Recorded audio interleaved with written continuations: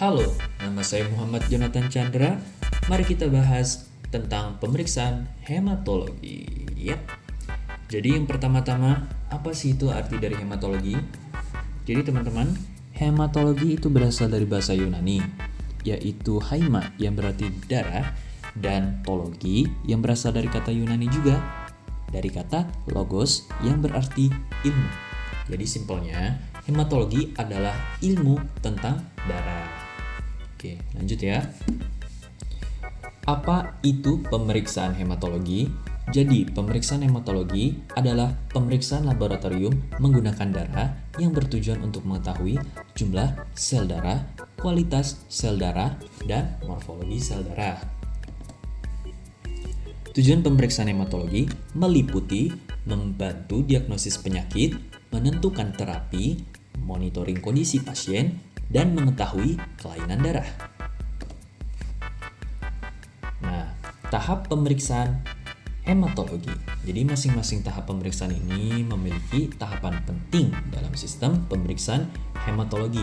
Jadi tidak boleh ada kesalahan karena dapat menghancurkan sistem dari pemeriksaan hematologi itu sendiri. Jadi yang pertama ada pra-analitik, yang kedua ada analitik, yang terakhir pasca analitik. Dan mari kita bahas satu persatu. Yang pertama, ada tahap pra-analitik, yakni meliputi persiapan pasien, persiapan alat dan bahan, pengambilan sampel dari pembuluh darah vena, arteri, dan kapiler. Ada juga pelabelan spesimen, dan yang terakhir penyimpanan dan pengiriman sampel. Yang kedua, ada tahap analitik, yang dimana ada persiapan alat dan reagen, kalibrasi alat, quality control, proses pemeriksaan sampel, dan yang terakhir interpretasi hasil. Yang terakhir, tahap pasca analitik, yang terdiri dari verifikasi hasil, pencatatan hasil, dan juga pelaporan ke dokter atau pasien. Jenis pemeriksaan hematologi. Jadi di dalam PPT ini kita akan membahas 1. Hitung jumlah sel, eritrosit, leukosit, dan trombosit. 2. Hemoglobin. Yang ketiga, hematokrit. Yang keempat, LED atau laju endap darah. Yang kelima, pemeriksaan serologi sederhana. Jadi mari kita bahas satu persatu. Hitung jumlah sel atau hemositometer. Tujuannya adalah untuk menghitung jumlah sel darah. Prinsipnya adalah darah diencerkan, yang kedua dihitung di bawah mikroskop, yang ketiga dikonversi. Lanjut. Hemoglobin atau metode Sahli. Jadi pemeriksaan hemoglobin ini menggunakan metode Sahli.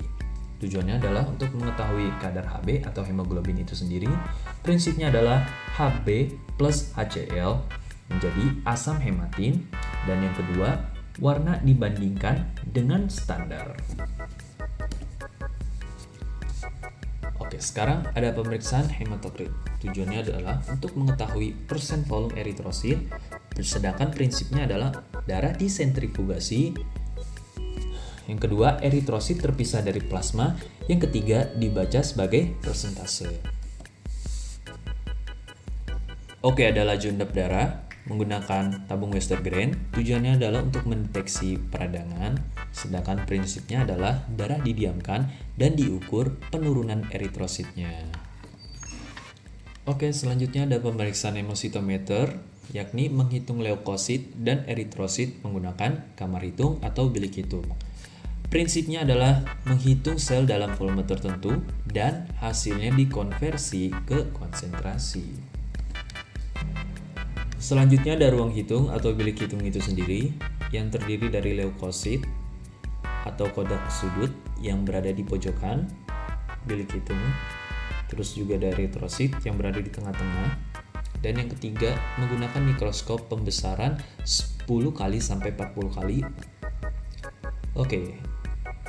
Alat-alat penting yang kita gunakan di pemeriksaan hematologi. Jadi ada mikroskop, ada hemositometer, ada mikropipet, ada tabung reaksi, ada centrifuge, dan ada hemometer.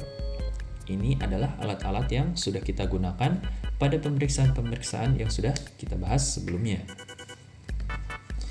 Oke, jadi untuk kesimpulannya, pemeriksaan hematologi adalah pemeriksaan laboratorium yang menggunakan darah. Yang pertama, pemeriksaan hematologi penting untuk diagnosis. Yang kedua, terdiri dari 3 tahap utama, yakni pra-analitik, analitik, dan pasca-analitik. Yang ketiga, ketelitian sangat penting untuk hasil akurat. Yang terakhir, saya ucapkan terima kasih karena sudah mendengarkan dari awal sampai akhir, dan sampai jumpa.